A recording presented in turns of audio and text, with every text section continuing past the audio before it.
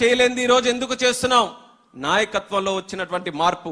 మనకున్నటువంటి నాయకత్వం ప్రజల కోసం ఆలోచించే నాయకత్వం, రాష్ట్రం కోసం, రాష్ట్ర భవిష్యత్తు గురించి ఆలోచించే నాయకత్వం, రేపు రాబోయే తరం గురించి ఆలోచించే నాయకత్వం.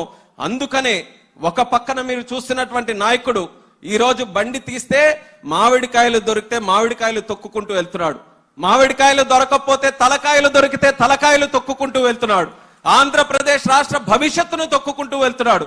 ఎక్కడ మంచి పని జరుగుతుందనంటే ఆ మంచి పని ఎలా జరగకుండా చేయాలని ఆలోచిస్తున్నాడు.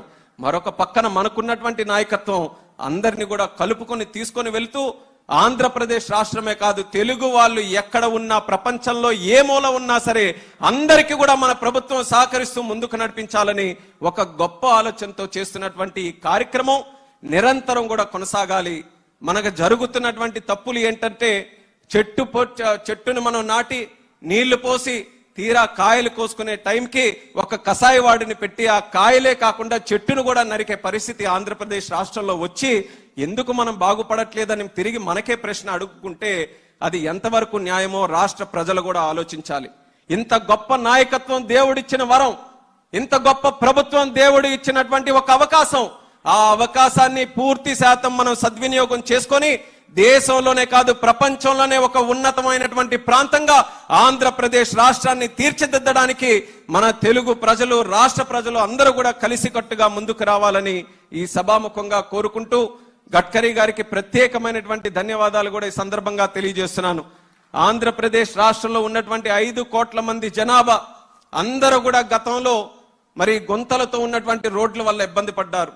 కేవలం ఇబ్బంది అంటే ఒక ప్రాంతం నుంచి ఇంకో ప్రాంతంకి వెళ్ళడానికే కాదు, ఒక రోడ్డు బాగుంటేనే ఒక విద్యార్థి స్కూల్కి చక్కగా వెళ్ళగలడు, రోడ్డు బాగుంటే వ్యాపారస్తుడు చక్కగా వ్యాపారం చేసుకోగలడు, రోడ్డు బాగుంటే ఒక అంబులెన్స్ లో ఉండేటటువంటి వ్యక్తి కూడా హాస్పిటల్కి సరైన సమయానికి వెళ్ళగలడు.